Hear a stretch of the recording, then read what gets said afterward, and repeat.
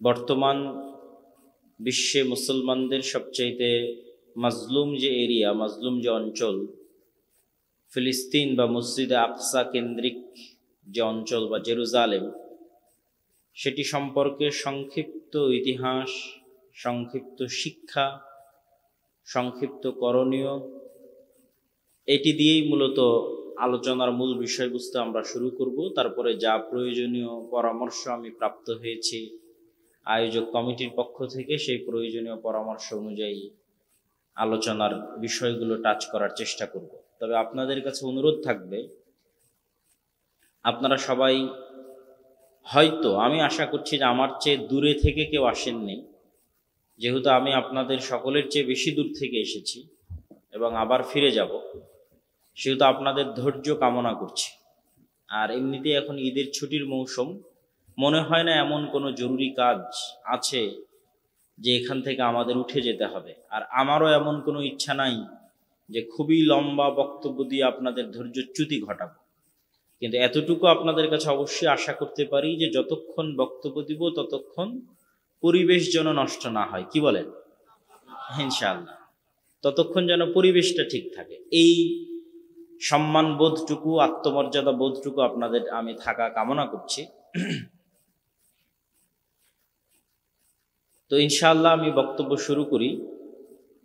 আমি পবিত্র কোরআনের যে আয়াতটি তেলাওয়াত করেছি, সেই আয়াতটিতে আল্লাহ সুবহানাহু ওয়া তাআলা বলছেন, শুধু অনুবাদ যদি করি, সুবহানাল্লাযী আসরা বিআবদিহি, মহাপবিত্র সেই সত্তা যিনি তার বান্দা। মুহাম্মদ সাল্লাল্লাহু আলাইহি ওয়াসাল্লামের সবচেয়ে বড় পরিচয় হচ্ছে তিনি আল্লাহর বান্দা। সর্বশ্রেষ্ঠ পরিচয় হচ্ছে তিনি আল্লাহর বান্দা। কেননা আমাদের নাম, আমরা তো সবাই আল্লাহর বান্দা। আমার নাম আব্দুল্লাহ, আরো অনেকের নাম আব্দুল্লাহ, কিন্তু এমনিতেও সবাই আল্লাহর বান্দা। কিন্তু আল্লাহ সুবহানাহু ওয়া তাআলার বান্দেগিতে, দাসত্বতে সর্বোচ্চ স্থানে পৌঁছে গেছে যে সে সবচেয়ে সম্মানী। আমরা নামকাওয়াস্তে নাম রেখেছি আব্দুল্লাহ, আর নামকাওয়াস্তে বলছি আমি আল্লাহর বান্দা, কিন্তু কাজে কর্মে আমি শয়তানের বান্দা। তো যে আল্লাহ সুবহানাহু ওয়া তাআলার বন্দেগীতে, দাসত্বে সর্বোচ্চ স্থানে পৌঁছে গেছে, ও সর্বশ্রেষ্ঠ, তিনি হচ্ছে আমাদের নবী মুহাম্মদ সাল্লাল্লাহু আলাইহি ওয়াসাল্লাম। তাহলে তার সর্বশ্রেষ্ঠ পরিচয় কি? তিনি আল্লাহর বান্দা। আর আমাদের জন্য দুঃখজনক কি, আমরা অনেকেই শয়তানের বান্দা হিসেবে জীবনযাপন করি। তো মহাপবিত্র সেই সত্তা যিনি তার বান্দা তথা মুহাম্মদ সাল্লাল্লাহু আলাইহি ওয়াসাল্লামকে সফর করিয়েছেন রাতের বেলা, মিনাল মসজিদিল হারামি ইলাল মসজিদিল আকসা, রাতের বেলা সফর করিয়েছেন মসজিদে হারাম থেকে মসজিদে আকসায়। কোন মসজিদে আকসা? আল্লাযী বারাকনা হাওলাহ, যেই মসজিদে আকসার চারিদিক আমি আল্লাহ বরকত দিয়ে ঘিরে দিয়েছি। বলেন আল্লাহু আকবার। এই মসজিদে আকসার আশেপাশের অঞ্চল যে বরকত মণ্ডিত, সেটা শুধু এই আয়াত নয়, আরো বহু আয়াতে আল্লাহ সুবহানাহু ওয়া তাআলা পবিত্র কোরআন মাজিদে বলেছেন। যেমন আল্লাহ সুবহানাহু ওয়া তাআলা কোরআন মাজিদে বলেন, ওয়ানাজ্জাইনাহু ওয়া লূতান, আমি আল্লাহ আশ্রয় দিয়েছি ইব্রাহিমকে, আমি আল্লাহ আশ্রয় দিয়েছি লূতকে, এই পবিত্র ভূমিতে। আল আরজুল মুকাদ্দাসা হিসেবে আল্লাহ সুবহানাহু ওয়া তাআলা সম্বোধন করেছেন। কোরআন মাজিদের কয়েক জায়গায় এই জায়গাকে আল্লাহ সুবহানাহু ওয়া তাআলা আরজুল মুকাদ্দাসা, পবিত্র জায়গা, বরকত মণ্ডিত জায়গা, এমন বরকত মণ্ডিত জায়গা যার বরকত রাখা রয়েছে সমগ্র পৃথিবীর জন্য। তো এই যে দ্বিতীয় আয়াত পড়লাম, যে দ্বিতীয় আয়াতে আল্লাহ সুবহানাহু ওয়া তাআলা বলছেন আমি তাকে এবং লূতকে, এখানে তাকে মানে ইব্রাহিম আলাইহিস সালাতু ওয়াস সালামকে আশ্রয় দিয়েছি এই পবিত্র ভূমিতে। তো লূতকে কিভাবে আশ্রয় দিল? এই পবিত্র ভূমি থেকে অতি নিকটে লূত আলাইহিস সালাতু ওয়াস সালামের শহর ছিল, যেখানে আল্লাহ সুবহানাহু ওয়া তাআলা তার শহরকে উল্টিয়ে দিয়েছেন এবং আসমান থেকে আগুনের বৃষ্টি বর্ষণ হয়েছে। তো লূত আলাইহিস সালাতু ওয়াস সালাম এবং তার সাথে যারা ঈমান আনয়ন করেছে তাদেরকে বাঁচিয়ে নেওয়া হয়েছে। তো তারা বেঁচে, এই গজব থেকে বেঁচে কোথায় গিয়ে আশ্রয় নিলেন? এই জেরুজালেম, মসজিদ আকসা এবং তার পার্শ্ববর্তী অঞ্চলে গিয়ে আশ্রয় নিলেন। এর বর্ণনা আল্লাহ কোরআন মাজিদে দিচ্ছেন। আর আরেকজন নবীকে এই পবিত্র ভূমিতে আশ্রয় দিয়েছেন। তিনি কে? তিনি হচ্ছে ইব্রাহিম আলাইহিস সালাতু ওয়াস সালাম। তিনি কিভাবে? ইব্রাহিম আলাইহিস সালাতু ওয়াস সালামের আদি ভিটা বাড়ি ভূমি হচ্ছে ইরাকে। ইরাকের রাজধানী বাগদাদ, যাকে পবিত্র কোরআনে বাবেল হিসেবে বলা হয়েছে, যে দুইজন ফেরেশতা হারুত এবং মারুত নামে আল্লাহ সুবহানাহু ওয়া তাআলা বাবেল নগরীতে অবতীর্ণ করিয়েছিলেন, সে বাবেল নগরীকেই বলা হয় বাগদাদ। তারই নিকটবর্তী অঞ্চল ছিল ইব্রাহিম আলাইহিস সালাতু ওয়াস সালামের পিতৃপুরুষের অঞ্চল, যা ইরাকের মাটি। যখন তার পিতা তাকে ইরাক থেকে বের করে দিচ্ছেন, তখন ইরাক থেকে তিনি জীবন বাঁচিয়ে আশ্রয় নিয়েছেন সিরিয়াতে। আর সিরিয়া মানে আজকের সিরিয়া নয়, সিরিয়া মানে আজকের ফিলিস্তিন, আজকের ইসরায়েল, আজকের জর্ডান, আজকের লেবানন এবং আজকের সিরিয়া, সবই সিরিয়া। তো ইব্রাহিম আলাইহিস সালাতু ওয়াস সালাম ইরাক থেকে পালিয়ে আশ্রয় নিয়েছেন সিরিয়ার জেরুজালেমে, মানে ফিলিস্তিনের জেরুজালেম বা তার নিকটবর্তী পার্শ্ববর্তী আশেপাশের অঞ্চলে। এই জন্য রাসূল সাল্লাল্লাহু আলাইহি ওয়াসাল্লামের দারুল হিজরা মদিনা, আর ইব্রাহিম আলাইহিস সালাতু ওয়াস সালামের দারুল হিজরা শাম। তো মুহাম্মদ সাল্লাল্লাহু আলাইহি ওয়াসাল্লামের যেমন ভালোবাসা ছিল তার নিজের দারুল হিজরা মদিনার প্রতি, ঠিক মুহাম্মদ সাল্লাল্লাহু আলাইহি ওয়াসাল্লামের ভালোবাসা ছিল তার পিতা ইব্রাহিমের দারুল হিজরা শামের প্রতি। এই জন্য তিনি দোয়ায় বলেছেন, আল্লাহুম্মা বারিক লানা ফি শামিনা, হে আল্লাহ আমাদের সিরিয়াতে বরকত দেন। তিনি আরো বলেছেন যে লা তাযালু তায়ফাতুম মিন উম্মতি যাহিরিনা আলাল হক, আমার উম্মতের একটা দল কিয়ামত পর্যন্ত আল্লাহর রাস্তায় লড়াইরত অবস্থায় হকের উপর টিকে থাকবে, পৃথিবীর কোনো শক্তি তাদের কোনো ক্ষতি করতে পারবে না। তো এই হাদিসের বিভিন্ন রিওয়ায়াতে আছে যে রাসূল সাল্লাল্লাহু আলাইহি ওয়াসাল্লাম বলেছেন, তোমরা যদি তাদেরকে খুঁজতে চাও তাহলে শামের মাটিতে খুঁজো, সিরিয়ার মাটিতে খুঁজো। এই সেই সিরিয়ার মাটি। আর এই জেরুজালেম নগরীর সবচেয়ে বড় দিক হচ্ছে আল্লাহ সুবহানাহু তাআলা নবুয়তকে ইব্রাহিম আলাইহিস সালাতু ওয়াস সালামের বংশের মধ্যে সীমাবদ্ধ করে দিয়েছেন। তো ইব্রাহিম আলাইহিস সালাতু ওয়াস সালামের বংশের দুইটা ধারা, একটা বানু ইসরাইল আর একটা বানু ইসমাইল। ইসহাকের ছেলে ইয়াকুবকে বলা হয় ইসরাইল। ইসরাইল মানে আল্লাহর বান্দা, আব্দুল্লাহ। হিব্রু ভাষায় ইসরাইল, তার আরবি অর্থ আব্দুল্লাহ, আল্লাহর বান্দা। ইসরাইল বা ইয়াকুব আলাইহিস সালাতু ওয়াস সালামের পিতার নাম ইসহাক, ইসহাক আলাইহিস সালাতু ওয়াস সালামের পিতার নাম ইব্রাহিম। তো একটা হচ্ছে বানু ইসরাইলের ধারা ইব্রাহিম আলাইহিস সালামের বংশের, আর একটা হচ্ছে বানু ইসমাইলের ধারা ইব্রাহিম আলাইহিস সালাতু ওয়াস সালামের বংশের।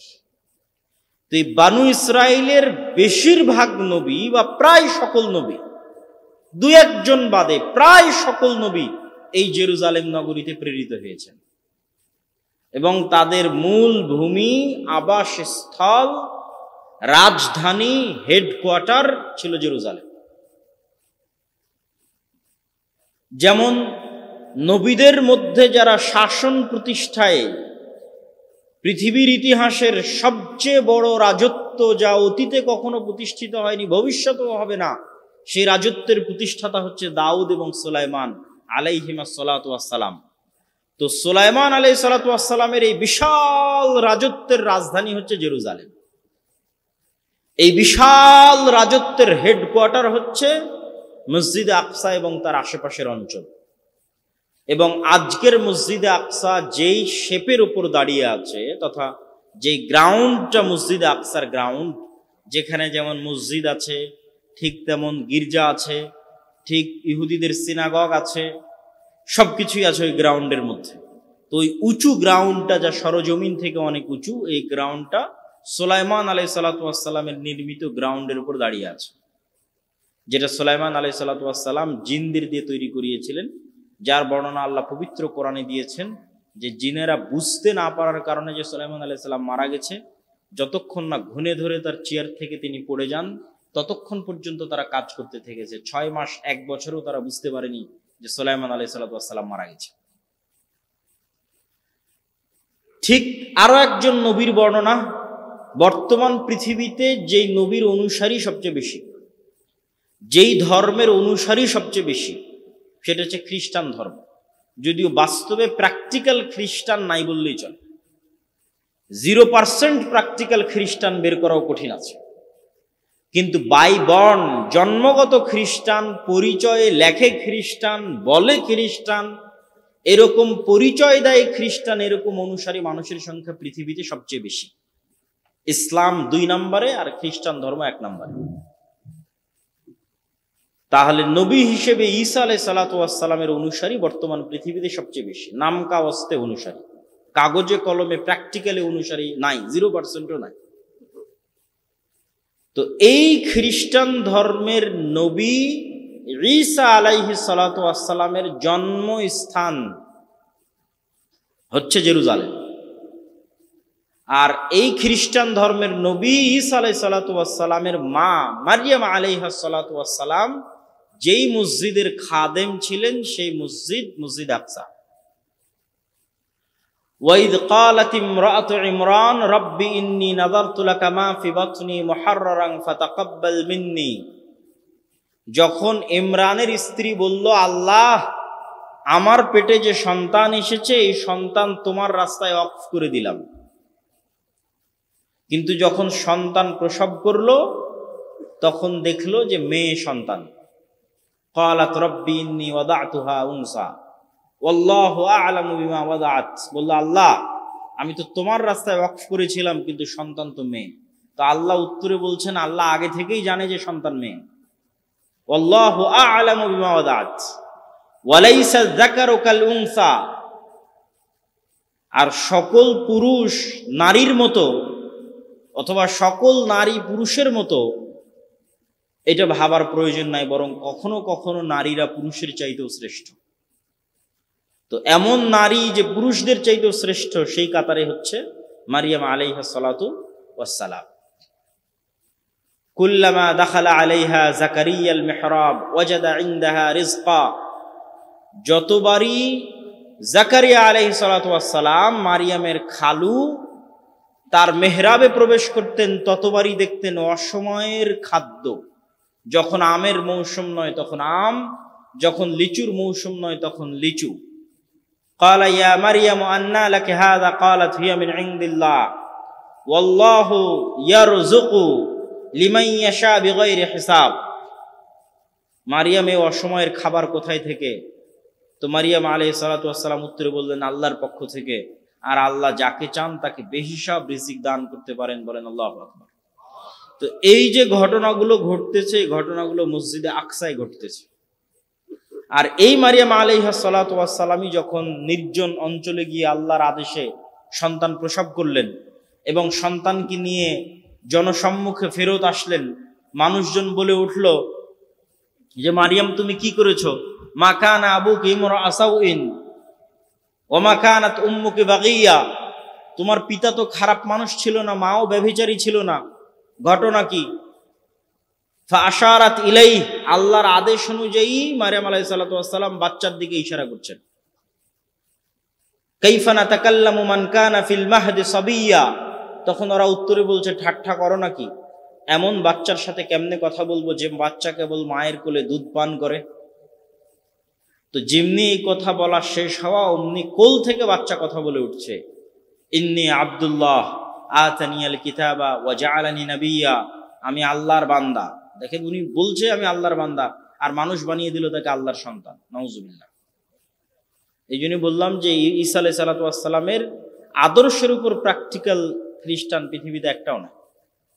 ঈসা আলাইহিস সালাম বলছেন, ইন্নী আব্দুল্লাহ আতানিয়াল কিতাব। আল্লাহ আমাকে কিতাব দিয়েছে। ওয়া জাআলানি নাবিয়্যা। আল্লাহ আমাকে নবী করেছে। এবং বলতে বলতে উনি বলছেন, ওয়া আওসানি বিস সালাতি ওয়াজ যাকাতি মা দুমতু হাইয়া। আর আল্লাহ আমাকে আদেশ দিয়েছে, ঈসা আলাইহিস সালামকে আল্লাহ আদেশ দিয়েছে। ঈসা আলাইহিস সালাম বলছেন মায়ের কোলে যে আল্লাহ আমাকে আদেশ দিয়েছে যেন আমি সালাত আর যাকাত যতদিন বেঁচে আছি ততদিন যেন ঠিকমতো আদায় করি, বলেন আল্লাহু আকবার। এখন আপনি নিজে কল্পনা করেন, আপনি সালাত এবং যাকাত কতদিন ঠিকমতো আদায় করেছেন? আমাদের নবী নয়, আমাদের নবীর আগের নবী ঈসা আলাইহিস সালাম মায়ের কোলে বলছে যে আল্লাহ তাকে আদেশ দিয়েছেন যে মা দুমতু হাইয়া, যতদিন বেঁচে থাকবো ততদিন যেন সালাত আর যাকাত ঠিক মতো আদায় করি। তাহলে সালাত আর যাকাত কত গুরুত্বপূর্ণ, যে মায়ের কোলে একটা নবী প্রথম বাক্য বলতেছে, সেই প্রথম বাক্যের মধ্যে সালাত আর যাকাত আছে, সালাত আর যাকাত মিস নাই। আমরা কি বলছিলাম? আমরা আলোচনা করছিলাম এই মসজিদে আকসা, সেই মসজিদে আকসা, সেই জেরুজালেম যেখানে ঈসা আলাইহিস সালাতু ওয়াস সালামের জন্ম হয়েছে। এবং এখান থেকে আরেকটা সূক্ষ্ম জিনিস আমাদের শিক্ষার আছে। সেই সূক্ষ্ম জিনিসটা হচ্ছে, ইউরোপ এবং আমেরিকার একটা গর্ব আছে, আভিজাত্য আছে, চামড়ার আভিজাত্য। এটা তাদের সাথে আপনি না মিশলে বুঝতে পারবেন না। যে গেছে ইউরোপ এবং আমেরিকায় সে বুঝতে পারবে। বর্ণবাদ কাকে বলে? গায়ের রঙের কারণে মানুষ অসম্মানিত হতে পারে, নির্যাতিত হতে পারে, জুলুমের শিকার হতে পারে, এইটা মুসলমানেরা জানেই না। কিন্তু ইউরোপ এবং আমেরিকা এই কালচার ভয়াবহ আকারে ছিল, এখনো আছে। রেসিজম, বর্ণবাদ, গায়ের রঙের কারণে। আফ্রিকানরা যেহেতু কালো, তাদেরকে একদম গোলাম হিসেবে ব্যবহার করেছে তারা, আজ থেকে 70, 80, 100 বছর আগে। আর যেহেতু আমরা এশিয়ান তথা আমাদের গায়ের রং মেটে, সেহেতু একটু হলো নাক সিটকানি আছে আমাদের প্রতি। তো এই জায়গায় শিক্ষার বিষয় কি? শিক্ষার বিষয় হচ্ছে ঈসা আলাইহিস সালাম ইউরোপিয়ানও নয়, ঈসা আলাইহিস সালাম আমেরিকানও নয়। মানে ইউরোপ এবং আমেরিকার মানুষ কোন নবীর অনুসারী? আমার সাথে কথা বলেন, কোন নবীর অনুসারী? ঈসা আলাইহিস সালামের অনুসারী। তাহলে আমি আমার গায়ের রং নিয়ে গর্ব করছি, কিন্তু আমি যেই নবী হওয়ার অনুসারী দাবি করছি, ওই নবী আমার গায়ের রঙের নয়। ঈসা আলাইহিস সালামের গায়ের রং আর মুহাম্মদ সাল্লাল্লাহু আলাইহি ওয়াসাল্লামের গায়ের রং একই রকম, তথা ধবধবে সাদা নয়, যে সাদা রঙের কারণে ইউরোপ এবং আমেরিকার মানুষ গর্ব করে। আরবদের গায়ের রং যেটা মেটে শ্যামা সাদা, সেই শ্যামা সাদা হচ্ছে ঈসা আলাইহিস সালামের গায়ের রং। কেননা ইব্রাহিম আলাইহিস সালামের সন্তান, জন্ম জেরুজালেমে। এই জন্য পৃথিবী ধ্বংসের পূর্ব মুহূর্তে 3টে ধর্মের মধ্যে যুদ্ধ যে হবে তার বর্ণনা রাসূল সাল্লাল্লাহু আলাইহি ওয়াসাল্লাম হাদিসে দিচ্ছেন, লম্বা হাদিস। আমি শুধু সারমর্ম বলি, তাহলে এই অঞ্চল, এই জায়গার যে কোনো পরিবর্তিত পরিস্থিতির থেকে আমাদের শিক্ষা আছে। হাদিসে রাসূলুল্লাহ সাল্লাল্লাহু আলাইহি ওয়াসাল্লাম বলছেন, ততদিন পর্যন্ত কিয়ামত হবে না যতদিন না হুদনা, তোমাদের মধ্যে আর রোমানদের মধ্যে চুক্তি না হচ্ছে। তো রোমান এম্পায়ার, যে রোমান এম্পায়ারের রাজধানী ছিল আজকের তুরস্কের ইস্তাম্বুল, ওমর রাদিয়াল্লাহু তাআলা আনহুর আমলে, উমাইয়া খেলাফতের আমলে, আব্বাসী খেলাফতের আমলে মুসলমানেরা কোনো দিন তুরস্ক বিজয় করতে পারেনি। তুরস্ক বিজয় হয়েছে ওসমানীয় খেলাফতের আমলে, তুরস্ক বিজয় হয়েছে। এই জন্য আজ মনে হয় তুরস্ক ইসলামী রাষ্ট্র, কিন্তু আসলে তুরস্ক ছিল খ্রিস্টানদের হেডকোয়ার্টার, রোমান এম্পায়ারের হেডকোয়ার্টার। এবং হাদিসের ভাষ্য বলছে হয়তো আবারও তুরস্ক মুসলমানদের হাতছাড়া হতে পারে। কেননা কিয়ামতের পূর্ব মুহূর্তে আল্লাহ নবী বলছেন, ফাতহে কুস্তান্তিনিয়া, কনস্টান্টিনোপল বিজয় হবে, ইস্তাম্বুল বিজয় হবে। ইস্তাম্বুল তো এখনই মুসলমানদের হাতে আছে, তাহলে কিভাবে মুসলমানেরা বিজয় করবে কিয়ামতের পূর্ব মুহূর্তে? তো আমি যেটি বলছিলাম, যে এই জেরুজালেমের গুরুত্ব বোঝানোর জন্য, যে কিয়ামতের পূর্ব মুহূর্তে রোমান খ্রিস্টানদের সাথে মুসলমানদের চুক্তি হবে। চুক্তির ভিত্তিতে রোমান খ্রিস্টান এবং মুসলমানেরা এক তৃতীয় পক্ষের বিরুদ্ধে যুদ্ধ করবে। সেই তৃতীয় পক্ষ কারা হবে? সম্ভাব্য ইহুদিরা হতে পারে, আরো অন্য কেউ হতে পারে, কিন্তু সমূহ সম্ভাবনা আছে যে তৃতীয় পক্ষ হবে ইহুদিরা। রোমান খ্রিস্টান আর মুসলমানেরা একত্রিত হয়ে তাদের বিরুদ্ধে যুদ্ধ করবে এবং এই যুদ্ধে বিজয় হবে। এই যুদ্ধে বিজয় হওয়ার পর একজন খ্রিস্টান এভাবে ক্রুশ উত্তোলন করে বলবে যে ক্রুশের বিজয় হোক, বা ক্রুশের কারণে আমরা বিজয়ী হয়েছি। তখন আরেক মুসলমান লাফ দিয়ে উঠে সেই ক্রুশকে ভেঙে দিবে। যখন আরেক মুসলমান লাফ দিয়ে উঠে ক্রুশকে ভেঙে দিবে, তাকবীর ধ্বনি দিবে, তখন খ্রিস্টান এবং মুসলমানের যে চুক্তি হয়েছিল চুক্তি লঙ্ঘন হয়ে তারা মুখোমুখি দাঁড়িয়ে যাবে যুদ্ধের জন্য। যখন খ্রিস্টান এবং মুসলমানেরা মুখোমুখি দাঁড়িয়ে যাবে যুদ্ধের জন্য, আর তারা উভয়ই জনবহুল, খ্রিস্টানরা আজকেও জনবহুল, সেই দিনও জনবহুল থাকবে। 80টা পতাকার অধীনে তারা একত্রিত হবে, এক এক পতাকার অধীনে 12,000 করে সৈন্যবাহিনী থাকবে। এই 80টা পতাকার অধীনে 12,000 করে সৈন্যবাহিনী নিয়ে যখন তারা একত্রিত হবে, তখন প্রায় 10 লক্ষের কাছাকাছি। তখন যে যুদ্ধ হবে, এই যুদ্ধের বর্ণনা দিতে গিয়ে রাসূল সাল্লাল্লাহু আলাইহি ওয়াসাল্লামের ভাষা অনুযায়ী দুটা বাক্য মনে রাখার মতো। একটা হচ্ছে যে একটা পরিবারে যদি 100 জন সদস্য থাকে তো 99 জন মারা যাবে, একজন বেঁচে থাকবে। একটা হচ্ছে একটা পাখি যদি আকাশে উঠতেই থাকে তো 1 মাস উঠতে থাকলেও সে লাশ ছাড়া আর কিছু পাবে না। এত ভয়ঙ্কর যুদ্ধ হবে এবং এত বেশি পরিমাণে মানুষ মারা যাবে। রাসূলুল্লাহ সাল্লাল্লাহু আলাইহি ওয়াসাল্লাম বলছেন, আমার উম্মত ওই দিন 3 ভাগে বিভক্ত হবে। 1 ভাগ যুদ্ধের মাঠ থেকে পালিয়ে যাবে, এদের তওবা আল্লাহ কোনোদিন কবুল করবে না। যুদ্ধের মাঠ থেকে পালিয়ে যাওয়া কবিরা গুনাহের লিস্টে প্রায় প্রত্যেক হাদিসে রাসূলুল্লাহ সাল্লাল্লাহু আলাইহি ওয়াসাল্লাম যখন কবিরা গুনাহের লিস্ট করেছেন, শিরক করা, জেনা করা, নিরপরাধ মানুষকে হত্যা করা, সুদ খাওয়া, তখন বেশিরভাগ হাদিসে একটা বড় কবিরা গুনাহ আছে, জিহাদের মাঠ থেকে পালিয়ে যাওয়া। এটা অনেক বড় কবিরা গুনাহ। তো একদল উম্মত সেই দিন জিহাদের মাঠ থেকে পালিয়ে যাবে, এদের তওবা আল্লাহ কোনোদিন কবুল করবে না। একদল উম্মত ওই যুদ্ধে শহীদ হবে, এরা হবে পৃথিবীর সর্বশ্রেষ্ঠ শহীদ। আর আরেক দল উম্মত ওই যুদ্ধে বিজয়ী হবে, তারা আর কিয়ামত পর্যন্ত কোনোদিন ফিতনায় পতিত হবে না। আল্লাহু আকবার। যারা বিজয়ী হবে। তো এই যুদ্ধগুলো কোথায় সংঘটিত হবে? এই যুদ্ধ সংঘটিত হওয়ার যে জায়গাগুলো রাসূলুল্লাহ সাল্লাল্লাহু আলাইহি ওয়াসাল্লাম বলছেন, এগুলো সব সিরিয়া, তথা সিরিয়া বলতে আমরা বুঝি ফিলিস্তিন, ইসরায়েল, জর্ডান, আজকের সিরিয়া সব মিলিয়ে। তো এই যুদ্ধ সংঘটিত হবে সিরিয়াতে। আমাক এবং দাবেক নামক জায়গায় রোমানরা সেনাবাহিনী সমাবেশ ঘটাবে। এই আমাক এবং দাবেক হচ্ছে সিরিয়ার তুরস্কের সীমান্তবর্তী অঞ্চল। আর গুতা নামক জায়গায় মুসলমানদের হেডকোয়ার্টার হবে, এটা হচ্ছে দামেস্কের নিকটবর্তী অঞ্চল। তাহলে সিরিয়ার গুরুত্ব কিয়ামতের পূর্ব মুহূর্তে সংঘটিত হওয়া প্রত্যেকটা ঘটনার সাথে আছে। এখানে আরো একটি বিষয় আপনাদের মনে রাখতে হবে, কেন সিরিয়ার গুরুত্ব আছে। এই জন্য গুরুত্ব আছে যে মক্কা এবং মদিনা ফিতনা থেকে মাহফুজ। এমনকি দাজ্জালের ফিতনা পর্যন্ত মক্কা মদিনায় প্রবেশ করবে না। তাহলে মক্কা এবং মদিনায় মারামারি হওয়ার কোনো প্রশ্নই নাই, গন্ডগোল, যুদ্ধ, বিগ্রহ হওয়ার কোনো প্রশ্নই নাই। এই জন্য রাজনৈতিকভাবে আর কোনোদিন রাজধানী মক্কা মদিনায় ফিরে যায়নি। খোলাফায়ে রাশিদিনের পর থেকে নিয়ে আজ পর্যন্ত, আজ 1400 বছর পার হয়ে গেছে, রাজনৈতিকভাবে কোনো শাসন আমলের রাজধানী আর মক্কা মদিনা হয়নি। কেন? ওইটা কিয়ামত পর্যন্ত ফিতনা থেকে মাহফুজ, দাজ্জালের ফিতনা থেকেও মাহফুজ। তাহলে হবে কোথায়? হবে তৃতীয় পবিত্রতম মসজিদ, তৃতীয় পবিত্রতম জায়গা, যেখানে ইবাদতের জন্য সফর করা যায়। ইবাদতের জন্য পৃথিবীর 3টা জায়গা বাদে বাকি যে কোনো জায়গায় ইবাদতের উদ্দেশ্যে সফর করলে গুনাহ হবে।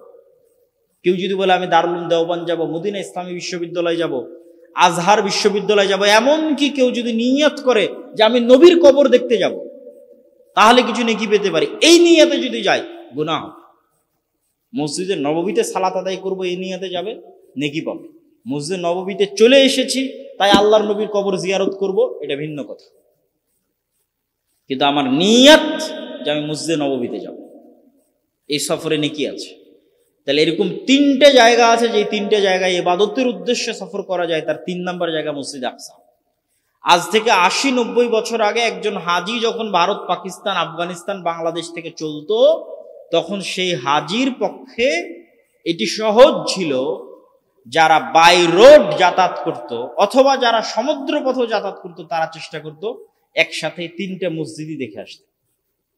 যেমন এখন আপনারা হজ ওমরায় গেলে 2 মসজিদ দেখেন, তৃতীয় মসজিদে কিন্তু যাওয়ার সুযোগ হয় না। এটা আল্লাহ সুবহানাহু ওয়া তাআলার পক্ষ থেকে আমাদেরকে আল্লাহ মাহরুম করে রেখেছে, বঞ্চিত করে রেখেছে উম্মতে মুহাম্মাদের গুনাহের কারণে। উম্মতে মুহাম্মাদের তাকওয়া এবং পরহেজগারিতার অভাবের কারণে তৃতীয় পবিত্রতম মসজিদ থেকে বঞ্চিত, যেখানে আমাদের পূর্বপুরুষরা সালাত আদায় করার সুযোগ পেত কিন্তু আমরা পাই না, যাওয়ার সুযোগ পেত কিন্তু আমরা পাই না। আল্লাহ আমাদের বঞ্চিত করে রেখেছে 70 বছরের বেশি কাল থেকে। সম্মানিত উপস্থিতি, এবং এই জেরুজালেমের বাবুল লুদ, লুদ নামক দরজায় ঈসা আলাইহিস সালাতু ওয়াস সালাম দাজ্জালকে হত্যা করবে।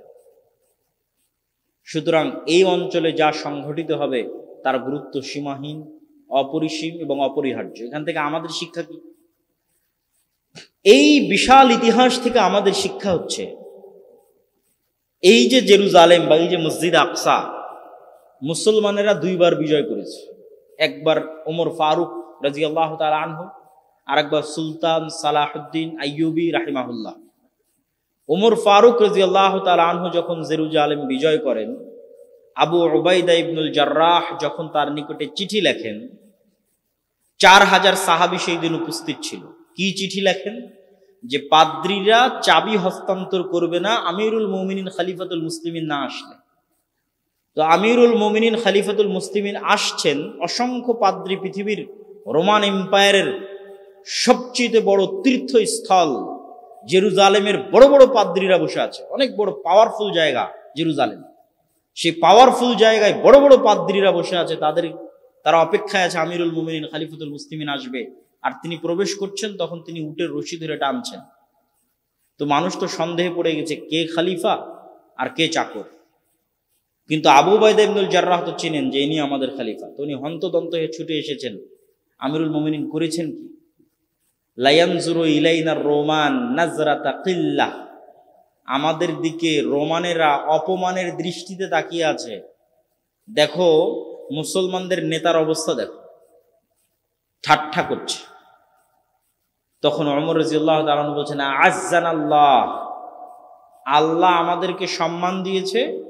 আমরা ছিলাম মরুভূমির রাখাল, পৃথিবীর কেউ আমাদের চিনত না, জাহিলি যুগে কেউ আমাদের চিনত না। আর আজকে আমি ওমর জেরুজালেম বিজয় করছি, এটা আমার কাছে কল্পনারও বাইরে, স্বপ্নেরও বাইরে। এই যে কল্পনা এবং স্বপ্নেরও বাইরে মরুভূমির এক রাখালকে উঠিয়ে নিয়ে এসে আল্লাহ অর্ধ পৃথিবীর শাসক বানিয়ে দিলেন। পৃথিবীর সবচেয়ে শক্তিশালী রোমান এম্পায়ারের নিকট থেকে জেরুজালেম ছিনিয়ে নিচ্ছেন আমিরুল মুমিনিন খলিফাতুল মুসলিমিন। এই যে সম্মান, এই যে মর্যাদা, এটা অর্জন আমরা জামা কাপড়, ঢং ঢিঠাং, বুদ্ধিমত্তা, চালাকি, কৌশল এগুলো দিয়ে অর্জন করিনি। এটা আমরা অর্জন করেছি ইসলামের অনুসরণ, পবিত্র কোরআনের অনুসরণ, হাদিসের অনুসরণের ভিত্তিতে। বলেন আল্লাহু আকবার। এইটা হচ্ছে মুসলমানদের জন্য শিক্ষা, যে আজকে মুসলমানেরা জেরুজালেমে যেতে পারে না কেন, মসজিদে আকসায় যেতে পারে না কেন, বঞ্চিত কেন? আর ওমর ফারুককে আল্লাহ মসজিদে আকসা বিজয় করার মতো সম্মান কেন দিয়েছিলেন, আর আমরা বঞ্চিত কেন?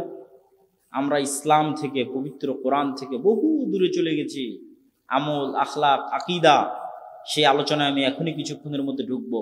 তার আগে সালাহুদ্দিন আইয়ুবী রাহিমাহুল্লাহর কথাটাও বলি।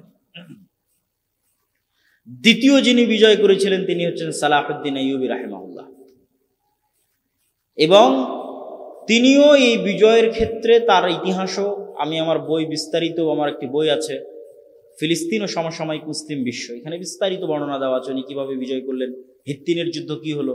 সেখানকারও সারমর্ম হচ্ছে তাকওয়া, পরহেজগারিতা, আল্লাহ ভরসা। মুসলমানেরা কোনো যুদ্ধ শক্তি সামর্থ্য দিয়ে লড়েছে এর প্রমাণ আমি ইতিহাসে খুঁজে পাই। খালিদ বিন ওয়ালিদ মুতার যুদ্ধে লড়াই করছেন কয়েক লক্ষ সেনাবাহিনীর বিরুদ্ধে। তখনও খালিদ বিন ওয়ালিদের কাছে শক্তি সামর্থ্য খুব বেশি, সেনাবাহিনীর সদস্য সংখ্যা খুব বেশি, এটা জানা নাই। হিত্তিনের যুদ্ধে সুলতান সালাহুদ্দিন আইয়ুবী ইউরোপিয়ানদের বিরুদ্ধে যুদ্ধ করছে, ক্রুসেডারদের বিরুদ্ধে যুদ্ধ করছে, তখনও সুলতান সালাহুদ্দিন আইয়ুবীর কাছে টাকা পয়সা, ধন দৌলত, কৌশল, সেনাবাহিনী খুবই শক্তিশালী, এটার প্রমাণ খুঁজে পাওয়া যায়। বেশিরভাগ যুদ্ধে মুসলমানেরা দুর্বল, কিন্তু তাহলে বিজয় কেন? আল্লাহর সাথে সম্পর্ক, গভীর সম্পর্ক, আল্লাহ সুবহানাহু ওয়া তাআলার উপর আস্থা, ভরসা এবং বিশ্বাস। এই জায়গায় মুসলমানদের সবচেয়ে বড় বিচ্যুতিটা কোথায় ঘটেছে?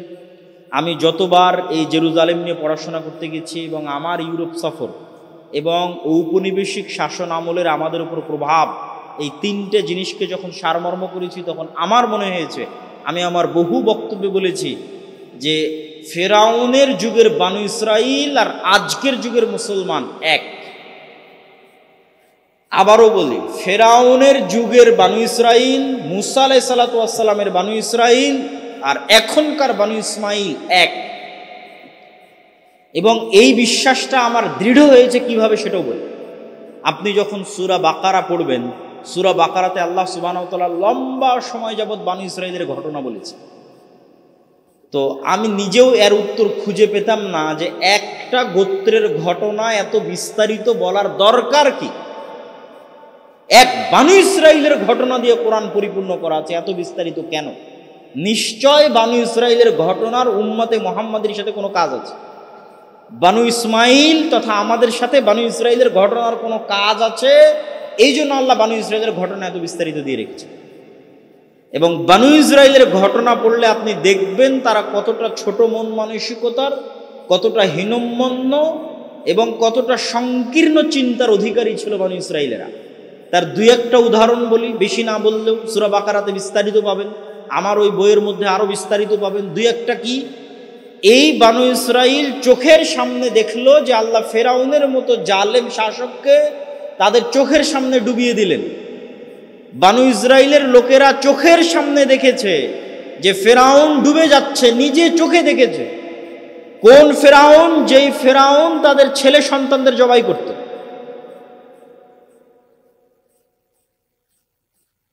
ইউযাব্বিহুনা আবনাআকুম ওয়া ইস্তাহয়ুনা নিসাআকুম, এই সেই ফেরাউন যে তোমাদের ছেলে সন্তানদের জবাই করত, মেয়ে সন্তানদের বাঁচিয়ে রাখত।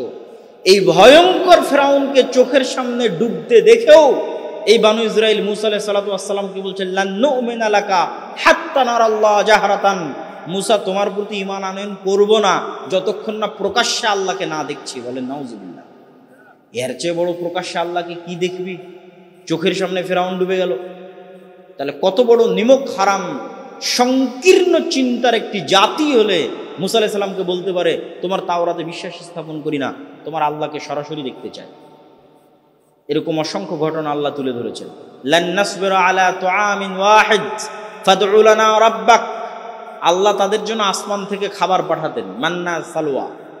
তো তারা মুসা আলাইহিস সালামকে বলছে এক খাবার প্রতিদিন ভালো লাগে না, তোমার আল্লাহকে বলো যেন জমিন থেকে চাল ডাল গম পেঁয়াজ রসুন এগুলো উৎপন্ন করে, এই এক খাবার ভালো লাগে না। তখন আল্লাহ বলছে ঠিক আছে, এই চাল ডাল রসুন যখন চাও তাহলে সবুজ শ্যামল ভূমিতে যাও, মরুভূমিতে তো এগুলো হবে না। এই ঘটনাগুলো ঘটতেছে মরুভূমিতে, ওই জমি আজও মরুভূমি। আপনি আজকের মিশরে গিয়ে যদি তুর পাহাড় ঘুরতে যান, যে তুর পাহাড়ের পাদদেশে ঘটনাগুলো ঘটছে, এর চারপাশ শত শত কিলোমিটার মরুভূমি, যেটাকে বলা হয় সিনাই মরুভূমি। এই মরুভূমির মধ্যেই 40 বছর বানু ইসরাঈলরা ঘুরপাক খেয়েছে। তাহলে তো এই মরুভূমি পার হয়ে যেখানে সবুজ শ্যামল এলাকা আছে ওটা বিজয় করতে হবে, ওখানে যাও জিহাদ করো। বলছে ইযহাব আনতা ওয়া রাব্বুকা ফাকাতিলা, মুসা আপনি আর আপনার আল্লাহ গিয়ে যুদ্ধ করেন, আমরা যুদ্ধ করতে পারবো না। তাহলে যাদের জন্য আল্লাহ পাথর ফেটে 12টা ঝর্ণাধারা তৈরি করলেন, তাদের জন্য, তাদের চোখের সামনে। ওই ইস্তাসকা মূসা লিকওমি ফাকুল নাজরিব বিআসাকাল হাজার ফানফাজারাত মিনহু ইসনাতা আশারাতা আইনা, যখন মুসাকে বলেছিল পানি দাও, মরুভূমিতে পানি নাই, আর সমুদ্রের লবণাক্ত পানি খাওয়া যায় না, এই মরুভূমির পাশে এই তুর পাহাড়ের পাশেই লোহিত সাগর, এই সব লবণাক্ত পানি খাওয়া যায় না, পানির ব্যবস্থা করো। তখন আমি মুসাকে বললাম মুসা লাঠি দিয়ে পাথরে আঘাত করো, পাথরে আঘাত করলো, 12টা ঝর্ণা তৈরি হলো তাদের চোখের সামনে। খাবারের ব্যবস্থা কোথায় হবে? মরুভূমিতে খাবার নাই, জান্নাত থেকে খাবার আসে। তাহলে জান্নাত থেকে খাবার আসে, পাথর থেকে পানি বের হয়। ফেরাউন ডুবতে দেখেছে চোখের সামনে, তারপর আল্লাহ বলতেছে যাও যুদ্ধ করো, বলে তুমি আর তোমার আল্লাহ গিয়ে যুদ্ধ করো। তখন আমার চিন্তা চেতনা এবং আমার গবেষণা যে এই বানু ইসরাইলের এই বিশাল ঘটনা আল্লাহ কোরআনে উল্লেখ করছে, মানে একদিন উম্মতে মুহাম্মাদি এদের মতো হয়ে যাবে। মানে একদিন উম্মতে মুহাম্মাদি বানু ইসমাইল বানু ইসরাইলের মতো হয়ে যাবে। কিভাবে হবে সেটাও আমি মিলিয়েছি। আমার এটা গবেষণা ভুল হতে পারে, ঠিক হতে পারে। আমার গবেষণা হচ্ছে যে বানু ইসরাইল এরা তো নবীর সন্তান। এই যে যারা বলতেছে যে আমরা তোমার আল্লাহকে না দেখলে ঈমান আনয়ন করবো না, তুমি আর তোমার আল্লাহকে যুদ্ধ, তো নবীর সন্তান। কোন নবীর সন্তান? ইব্রাহিম আলাইহিস সালামের সন্তান। ইব্রাহিম আলাইহিস সালামের ছেলে ইসহাক, ইসহাকের ছেলে ইয়াকুব, ইয়াকুবের ছেলে ইউসুফ। ইউসুফ কুয়াতে নিক্ষিপ্ত হয়ে ভাইয়েরা ফেলে দিয়েছে, ওখান থেকে মিশরের বাজারে বিক্রি হয়েছে। তারপরে ইউসুফ আলাইহিস সালামের মৃত্যুর 300-400 বছর পর মুসা আলাইহিস সালাম, একই বংশ। ইউসুফ আলাইহিস সালাম যেই বংশ, মুসা আলাইহিস সালাম ওই বংশ। ইউসুফ আলাইহিস সালামের 300-400 বছর পর মুসা আলাইহিস সালাম। তাহলে 300-400 বছরে এত পরিবর্তন নবীর সন্তানদের কেমনে সম্ভব? এর আর দ্বিতীয় কোনো উত্তর নাই যে ইউসুফ আলাইহিস সালামের মৃত্যুর পর ইউসুফ আলাইহিস সালামের যাদের সাথে জোট ছিল তাদের যখন পতন হয়, আর ফারাওদের যখন উত্থান হয়, তখন এরা আগের সরকার আর আগের সরকারের সাথে যাদের জোট ছিল উভয়ের উপর জুলুমের স্টিম রোলার চালায় ফারাওরা। তাহলে আগের সরকারের জোট সরকারকে ইউসুফ আলাইহিস সালাম মন্ত্রী ছিল আর তার ভাইয়েরা, 12 ভাই, ওই 12 ভাইয়ের জন্য 12টা ঝর্ণা তৈরি হয়েছে। 12 ভাইয়ের সন্তানের জন্য নদীতে যখন আল্লাহ বলেছিল যে সমুদ্রের রাস্তা তৈরি হও, 12টা রাস্তা তৈরি হয়েছিল ইউসুফ আলাইহিস সালামের 12 ভাইয়ের 300-400 বছর পরের পরবর্তী বংশধরের জন্য 12টা রাস্তা তৈরি হয়েছিল। আর পাথর ফেটে 12টা ঝর্ণাও বের হয়েছিল ইউসুফ আলাইহিস সালামের 12 ভাইয়ের 300-400 বছর পরবর্তী বংশধরের জন্য। এটা নবীর সন্তান।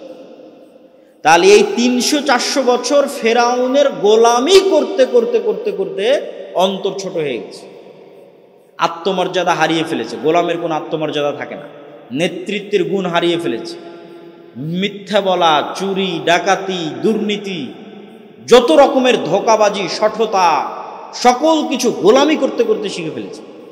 কেননা যখন একটা মানুষ গোলাম হয় তখন এগুলো শিখতে বাধ্য হয়। ধরেন আপনার এখানে সামনে যদি 2 জন গোলাম উপস্থিত করে দিয়ে আমি এটা একটা রুটি, খাবারের রুটি আমি এভাবে নিক্ষেপ করলাম, তোমরা মারামারি করে খাও, তো এই রুটিটা মারামারি করে নেওয়ার জন্য ওদের 2 জনকে ধোঁকাবাজিপূর্ণ আচরণ করতে হবে, মারামারি করতে হবে, মিথ্যা বলতে হবে, একজন আরেকজনকে ঠকাতে হবে, তাহলে নিতে পারবে। তাহলে এই যে পরস্পরকে ঠকানোর প্রতিযোগিতা, এটা গোলামের মধ্যে তৈরি হয়। তাহলে দীর্ঘ 250-300 বছর ফেরাউনের গোলাম থাকার কারণে নবীর সন্তানরা এরকম হয়ে গেছে। এবার উম্মতে মোহাম্মদী, আমরা তো উম্মতে মোহাম্মদী, ফারুকের উত্তরসূরি, আবু বকরের উত্তরসূরি, খালিদ বিন ওয়ালিদের উত্তরসূরি, তারেক বিন জিয়াদের উত্তরসূরি, এদের অবস্থা এরকম কেন? এরাও হচ্ছে ঔপনিবেশিক শাসন আমলে 200 বছরের গোলাম ছিল। শুধু আমরা না, আফ্রিকার মুসলমানেরা থেকে শুরু করে পাকিস্তান, ভারত থেকে শুরু করে পৃথিবীর প্রায় 90% অঞ্চলের মুসলমানেরা ইউরোপের গোলাম ছিল 200-250 বছর।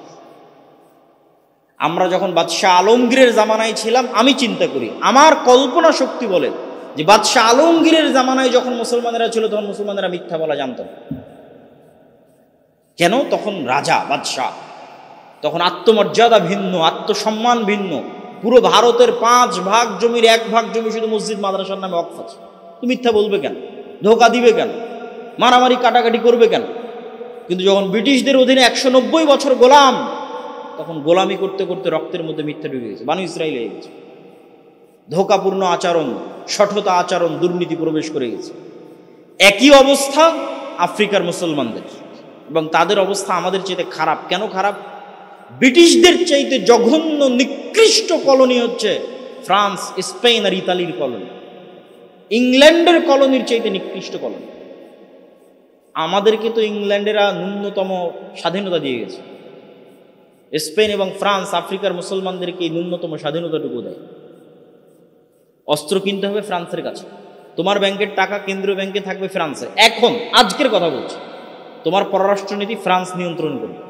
তুমি বাইরের কোনো দেশের সাথে অস্ত্র চুক্তি করতে পারবে না, কোনো পররাষ্ট্রনীতি চলবে না, সব হবে ফ্রান্স কেন্দ্রিক। এখনকার কথা বলছি, আজকের কথা বলছি। তোমার সেনাবাহিনীকে সকল ট্রেনিং দেবে ফ্রান্স।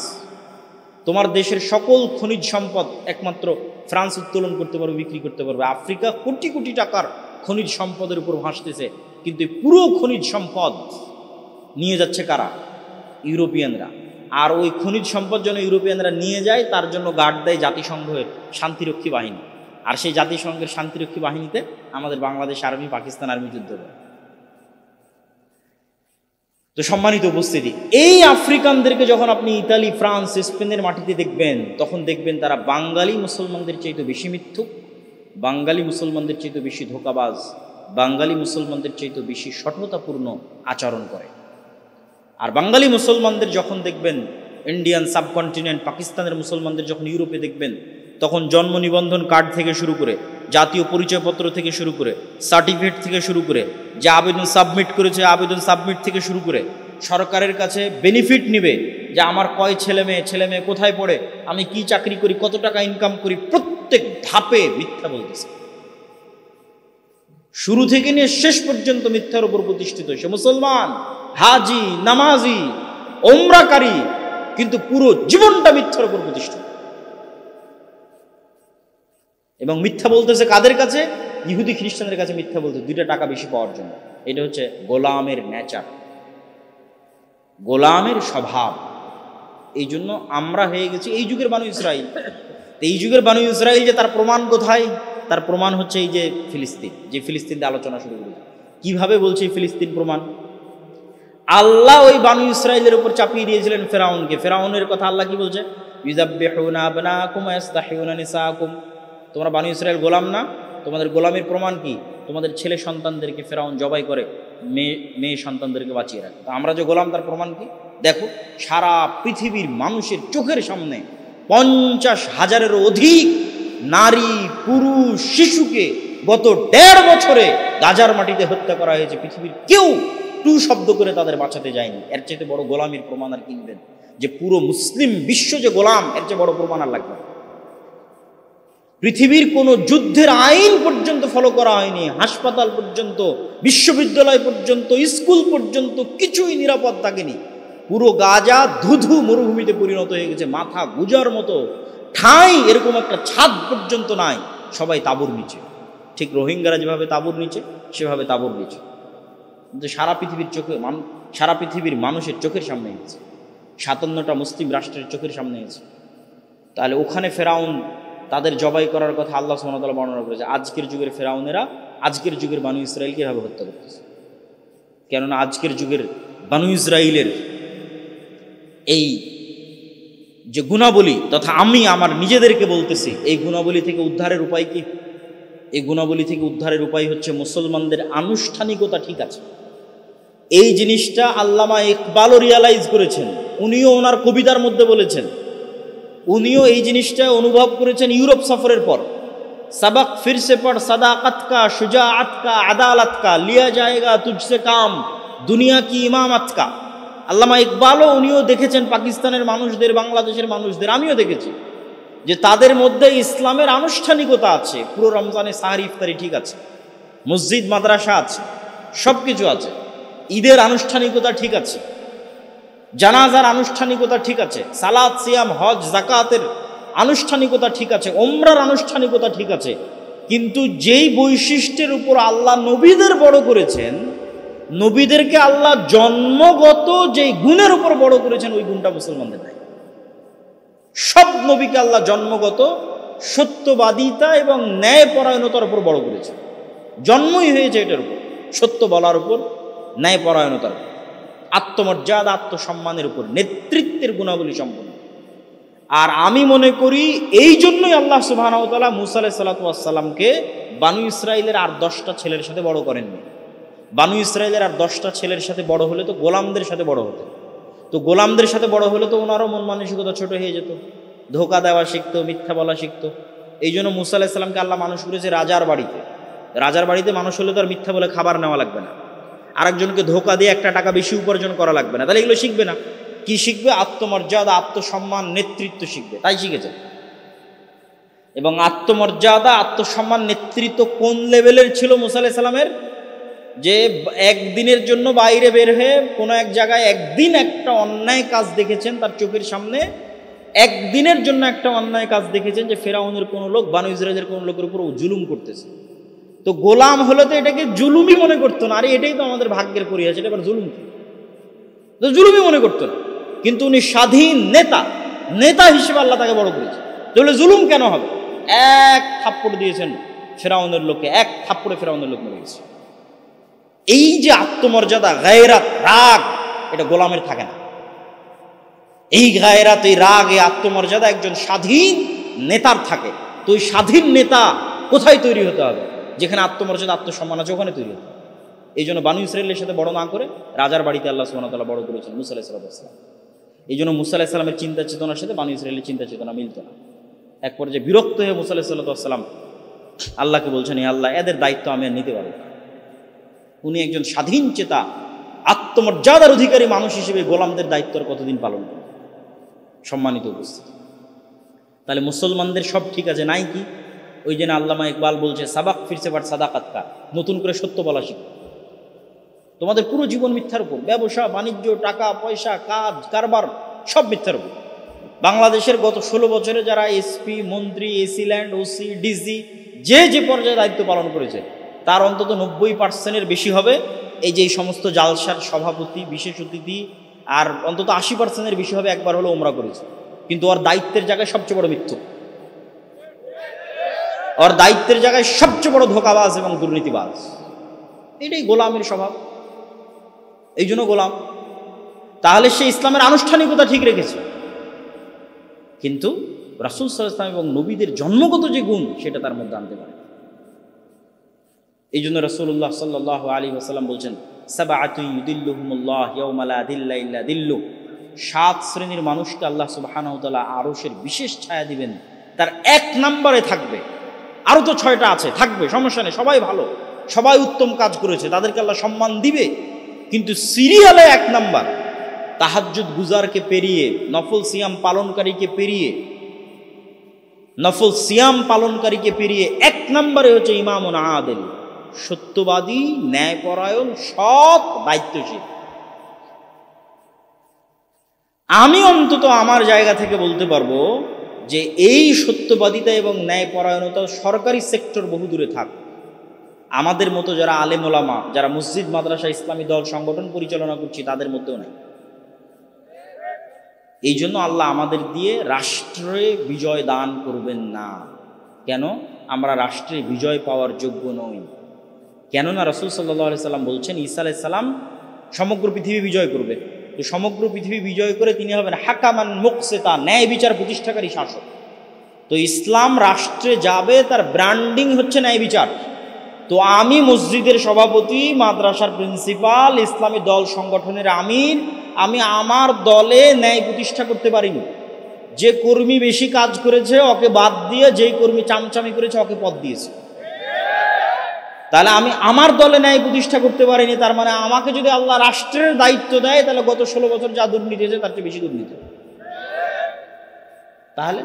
তাহলে আমি হচ্ছে নেতা হওয়ার অযোগ্য, দায়িত্ব পাওয়ার, কিসের যোগ্য? গোলাম হওয়ার যোগ্য। এই সমস্ত গুণাবলী কাদের? গোলামদের।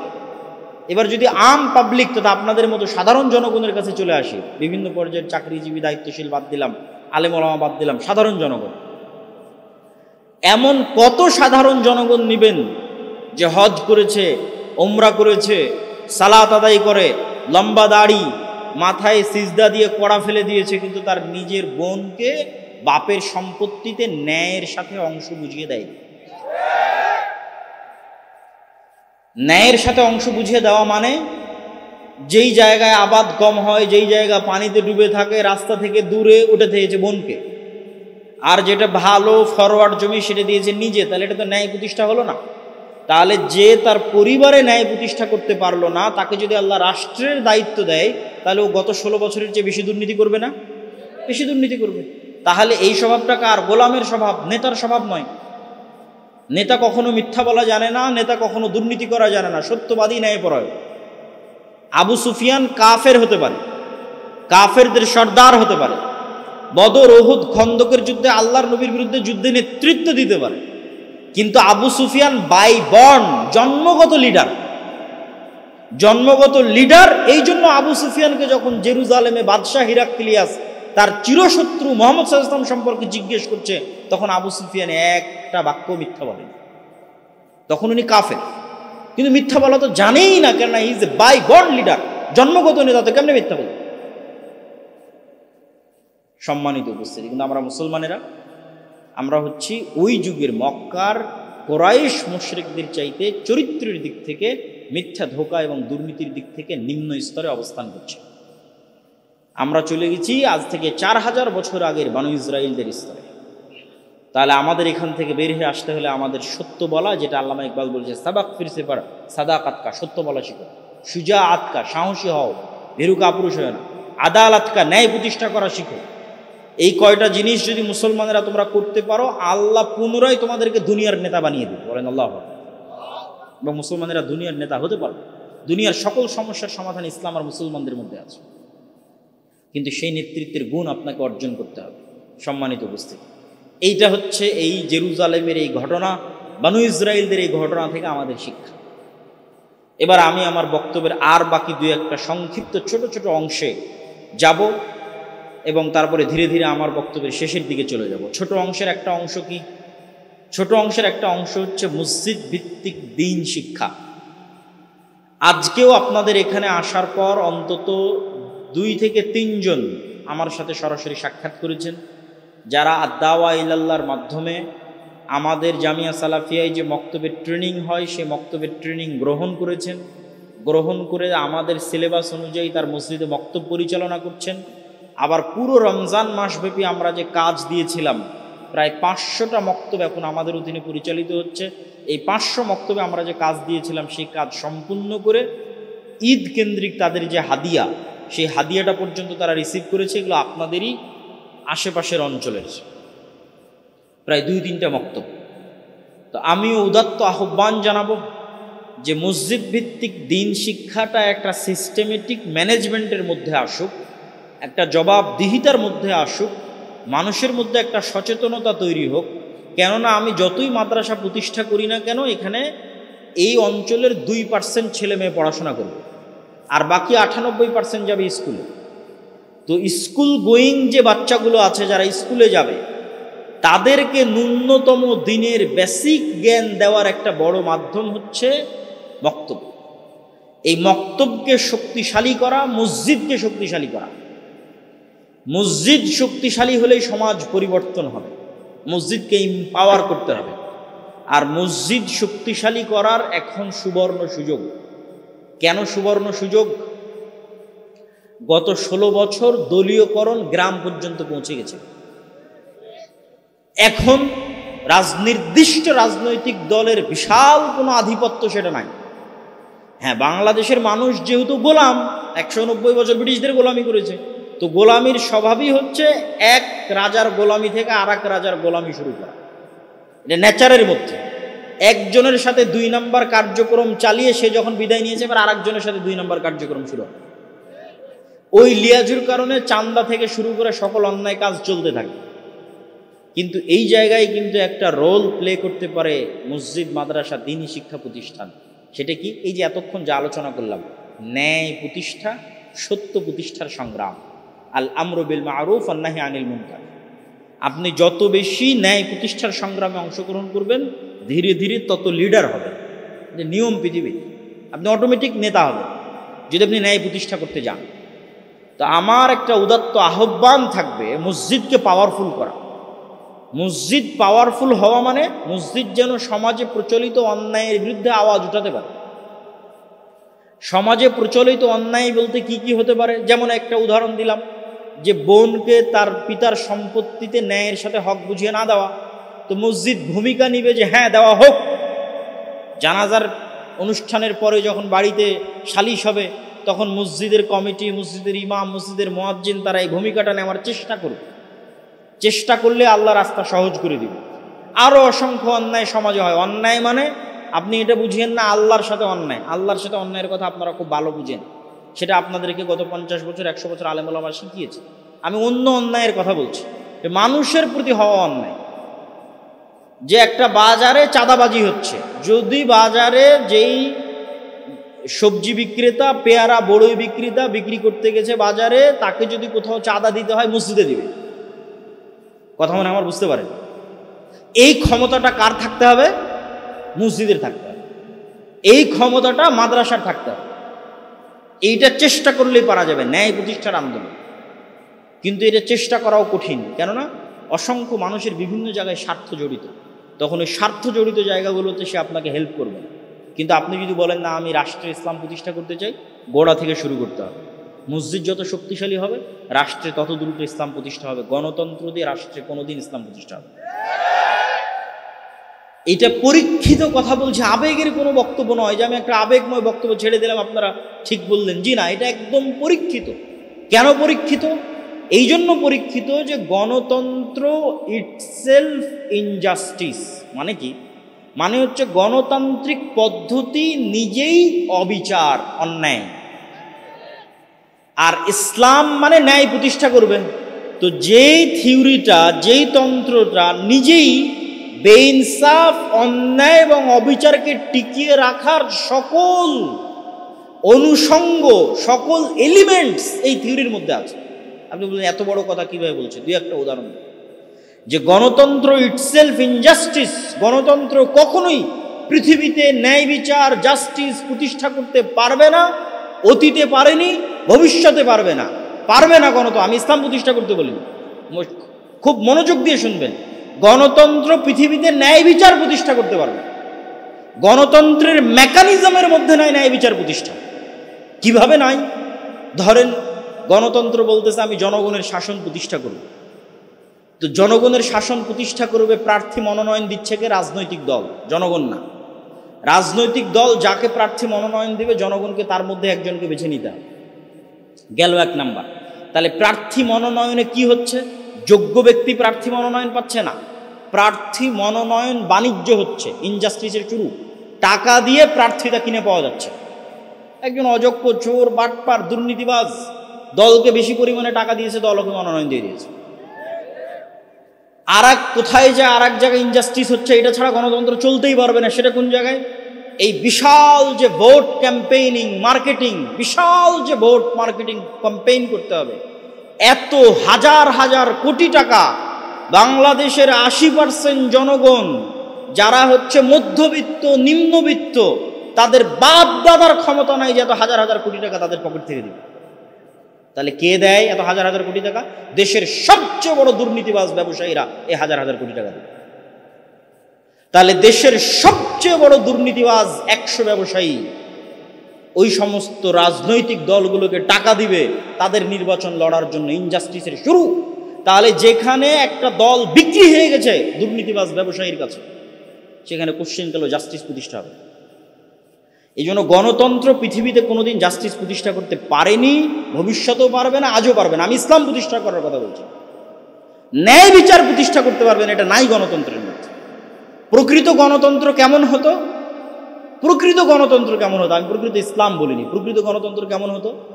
আখিলার মানুষকে বলে দিলাম, আখিলার মানুষ যদি একসাথে একত্রিত হয়ে এই কওমি হাফিজিয়া মাদ্রাসা চালাতে পারে, আখিলার মানুষ যদি একসাথে একত্রিত হয়ে এরকম 10টা 5টা স্কুল কলেজ চালাতে পারে, তো আখিলার মানুষ ময় মুরব্বীরা একসাথে বসে তাদের গ্রামের নেতা ঠিক করতে পারে না? কোনো ভোট ছাড়া, কোনো মনোনয়ন ছাড়া, কোনো নির্বাচন ছাড়া, কিছুই ছাড়া আখিলার এক গ্রামের মানুষ এক জায়গায় একত্রিত পরামর্শের ভিত্তিতে বলতে পারে না আমার গ্রামের নেতা হবো? পারে না? পারে না? অনেক সহজ। যখন আখিলার মানুষ এক জায়গায় একত্রিত বলবে আমার গ্রামের নেতা অমুক, তো এই ইউনিয়নে কয়টা গ্রাম আছে? সব গ্রামের মানুষেরা ভোট, নির্বাচন, ক্যাম্পেইন, রাজনৈতিক দলের মনোনয়ন আর ওই সমস্ত দুর্নীতিবাজ ব্যবসায়ীদের কোটি কোটি টাকা ছাড়াই গ্রামের মানুষ এক জায়গায় একত্রিত হবে আমার গ্রামের নেতাই। এবার এই গ্রামের নেতারা একত্রিত হয়ে পরামর্শ করে বলবে আমাদের ইউনিয়নের নেতাই, ইউনিয়ন নেতারা একত্রিত পরামর্শ করে বলবে আমার উপজেলার নেতাই, উপজেলার নেতা একত্রিত পরামর্শ করে বলবে আমার জেলার এমপি উমুক, জেলার এমপিরা একত্রিত পরামর্শ করে বলবে আমার দেশ চালানোর জন্য সবচেয়ে যোগ্য ব্যক্তি উমুক। এ হলো প্রকৃত গণতন্ত্র।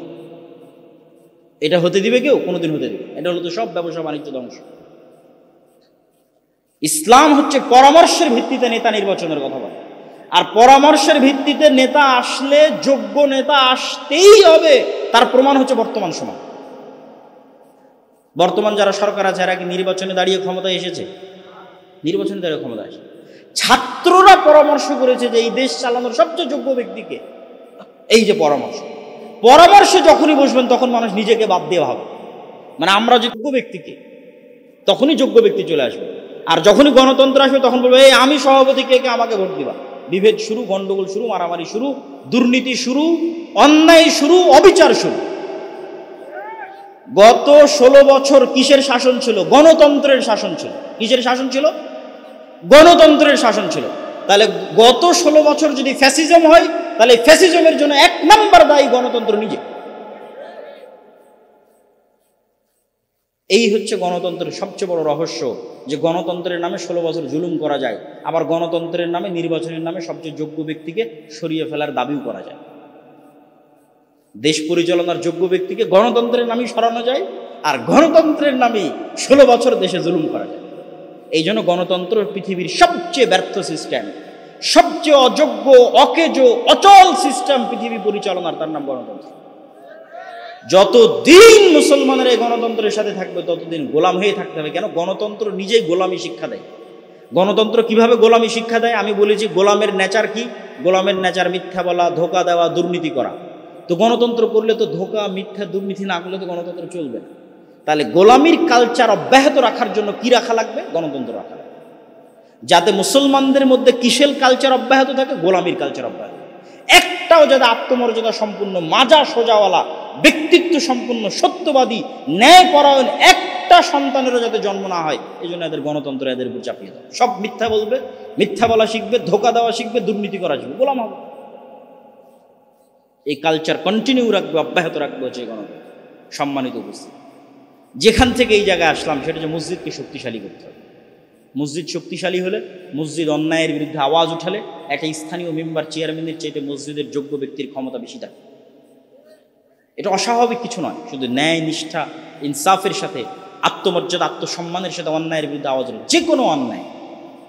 আল আমরু বিল মারুফ ওয়ান নাহি আনিল মুনকার। আর মসজিদ শক্তিশালী করার 1 নম্বর প্রজেক্ট হচ্ছে মক্তব, মসজিদে শিক্ষার কাজ চালু করা, মসজিদে লাইব্রেরি চালু করা। এবং আরও একটা প্রজেক্ট আমরা নতুন নিয়ে আসছি মসজিদ কেন্দ্রিকই, সেটা চলবে, সেটা হচ্ছে করজে হাসানা।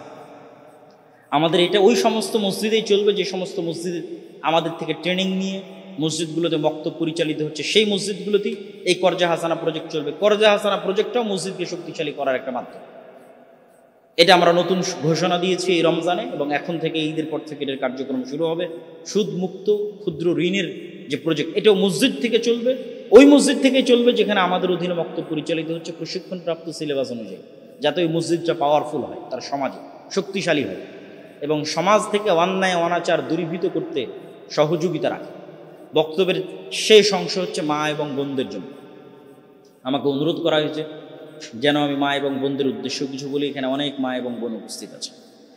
মা এবং বোনদের উদ্দেশ্যে প্রথম কথা হচ্ছে, এই আলোচনার সারমর্ম শুধু ছেলে মানুষদের জন্য না, মেয়ে মানুষদের জন্য। কিভাবে কাজে লাগবে আমি বুঝিয়ে বলি। এমন কোনো ফ্যামিলি নাই যেই ফ্যামিলিতে শাশুড়ি এবং বউয়ে ঝগড়া নাই, যায় ননদে, যায় যায় 2 ভাইয়ের বউয়ে, ভাইয়ের বউ এবং নিজের বোনের মধ্যে গণ্ডগোল নাই। তাহলে এগুলো সব গণ্ডগোলের সমাধান কোথায়? সবার মধ্যে যখন নেতৃত্বের গুণ বিরাজ করবে এবং ন্যায় প্রতিষ্ঠাকারী সত্যবাদী হবে, পৃথিবীর সব গণ্ডগোল শেষ হয়ে যাবে। তাহলে ন্যায় প্রতিষ্ঠা করা, সত্যবাদী হওয়া শুধু ছেলেরা শিখবে না, মা এবং বোনদেরও শিখতে হবে। আপনাদেরও জরুরি কর্তব্য হচ্ছে আপনারা সত্য বলা শিখবেন, ন্যায় প্রতিষ্ঠা শিখবেন। কিভাবে শিখবেন? শাশুড়ি চিন্তা করবে আমি আমার বৌমাদের উপর ন্যায় করছি না অন্যায় করছি, বৌমা চিন্তা করবে আমি আমার শাশুড়ির উপর ন্যায় করছি না অন্যায় করছি, পিতা চিন্তা করবে আমি আমার সন্তান সন্ততির উপর ন্যায় করছি না অন্যায় করছি। আল্লাহর নবী চুমা দিয়ে যে আদর করা, এই আদর করার ক্ষেত্রে সন্তানদের মধ্যে ন্যায় প্রতিষ্ঠা করতে বলেছে। অথচ এমনও বাপ পাবেন সব সম্পত্তি এক ছেলেকে লিখে দিয়ে গেছে, নাও। তাহলে সে কত বড় অন্যায় প্রতিষ্ঠাকারী পিতা। ন্যায় প্রতিষ্ঠা তো বহু দূরে থাকে। সন্তান চিন্তা করবে আমি আমার পিতা মাতার সাথে ন্যায় করছি কিনা, না অন্যায় করছি।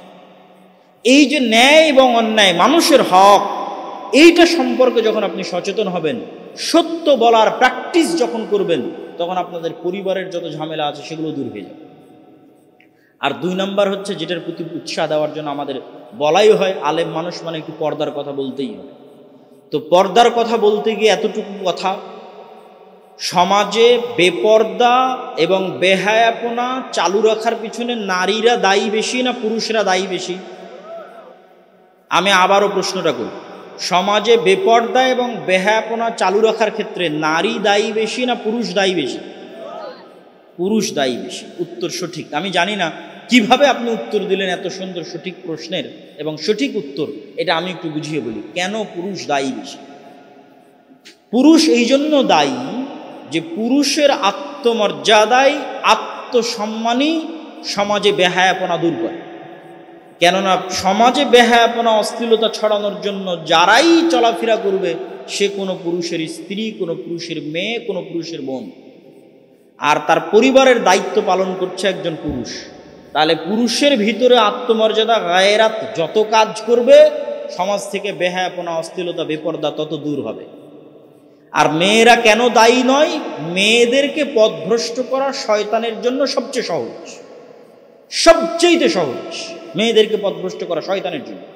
এই জন্য মেয়েদের উপর একজন দায়িত্বশীল পুরুষ লাগেই। মেয়ের উপর দায়িত্বশীল পুরুষ যদি আত্মমর্যাদা সম্পন্ন হয়, যেটা শায়েখ আব্দুর রাজ্জাক বিন ইউসুফ বলেছেন যে তার রক্ত পুঁজ হয়ে যায়নি, বক্তব্যের মধ্যে বলেছে যে তার রক্ত পুঁজ হয়নি, এখনো রক্ত আছে, সে পুরুষ। আর এটাই রাসূলুল্লাহ সাল্লাল্লাহু আলাইহি ওয়াসাল্লাম বলছেন, লা ইয়াদখুলুল জান্নাতা আদ-দায়ুস। শুকুরের চর্বিকে আরবিতে বলা হয় দিয়াতা, শুকুরের চর্বি। আর শুকুর হচ্ছে পৃথিবীর সবচেয়ে বেহায়া নিকৃষ্ট প্রাণী। যে আরেক শুকুরের নিতম্ব চাটা আরেক শুকুরের জন্য অপছন্দনীয়, ঘৃণিত কোনো কাজ না। আর সবচেয়ে অপরিষ্কার নিকৃষ্ট জায়গায় বসবাস করা, পেশাব পায়খানা উচ্ছিষ্ট ভক্ষণ করা শুকরের জন্য কোনো ঘৃণিত নিন্দনীয় কাজ নয়, এটা তার রক্তের মধ্যে ঢুকে আছে। এই বেহায়াপনা, বেপর্দা, বেলেল্লাপনা শুকরের রক্তের মধ্যে ঢুকে আছে, এই জন্য শুকুর হারাম।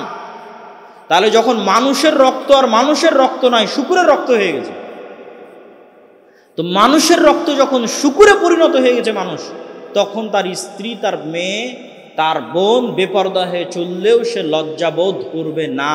এই পুরুষ হচ্ছে শুকুরের রক্তে রঞ্জিত হয়ে গেছে, শুকুরের চর্বিতে তার চর্বি পরিণত হয়ে গেছে, এই পুরুষ জান্নাতে যাবে না। তাহলে সমাজে বেহায়াপনা টিকিয়ে রাখার জন্য পুরুষ দায়ী। পুরুষদেরকে হতে হবে আত্মমর্যাদা সম্পন্ন, ব্যক্তিত্ব সম্পন্ন। এবার আপনাকে আর একটা গোপন তথ্য বলি, এটার সত্য মিথ্যা আমি জানি না, আমার মনে হয় তাই বলছি, কোনো সায়েন্টিফিক্যাল ডকুমেন্ট আছে সেটাও নয়, কিন্তু আমার মনে হয় এটা সত্য। সেটা কি? যখন পুরুষের মধ্যে ব্যক্তিত্ব কমে যায়, আত্মমর্যাদা কমে যায়, তার স্ত্রীকে যখন সে বেপর্দা অবস্থায় চললেও বাধা দেয় না, তার মেয়েকে বেপর্দা অবস্থায় চললেও বাধা দেয় না, উপদেশ দেয় না, তার বোনকে বেপর্দা অবস্থায় চললেও বাধা দেয় না, উপদেশ দেয় না, তথা পুরুষের মধ্যে যখন ব্যক্তিত্ব আত্মমর্যাদা কমে যায়, তখন এই স্বভাবটা হচ্ছে মেয়েলি স্বভাব।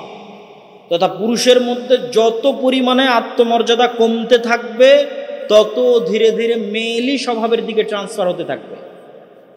সে একজন আলফা মেইল, মহাপুরুষ নয়। আর পুরুষের মধ্যে আত্মমর্যাদা, ব্যক্তিত্ব, তার স্ত্রী কন্যার বিষয় যত বাড়তে থাকবে, ও তত পৌরুষত্বের শক্তিতে বলিয়ান হতে থাকবে, আলফা মেইল হতে থাকবে।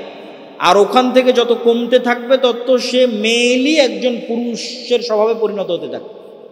ঠিক তার বিপরীত দিকে একটা মেয়ে যত কম পুরুষের সাথে উঠা বসা করবে, মেলামেশা করবে, তত তার মধ্যে নারীত্বের স্বভাব, নারীত্বের লজ্জা, নারীত্বের কোমলতা, নারীত্বের নম্রতা, ভদ্রতা তার মধ্যে বেশি বিরাজ করবে।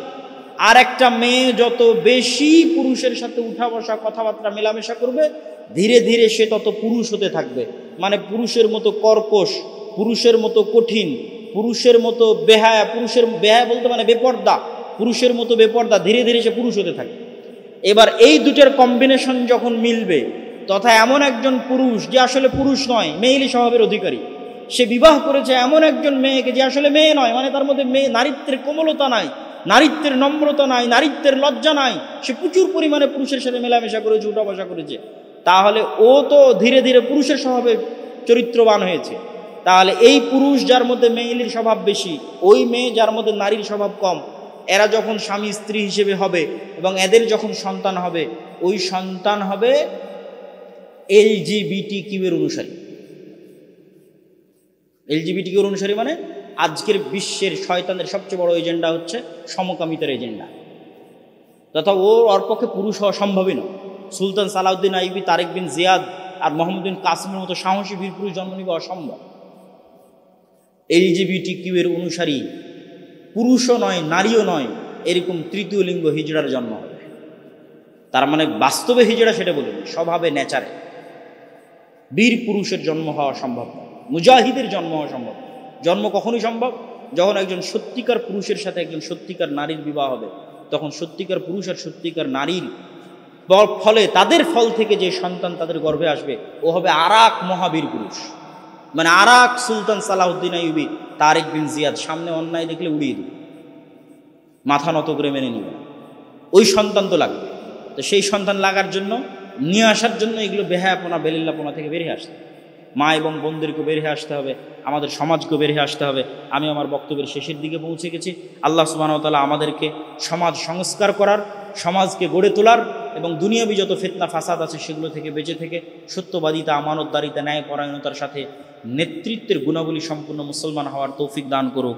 আল্লাহুম্মা আমিন। কিছু প্রশ্ন উত্তর আছে, যদি আপনাদের ধৈর্য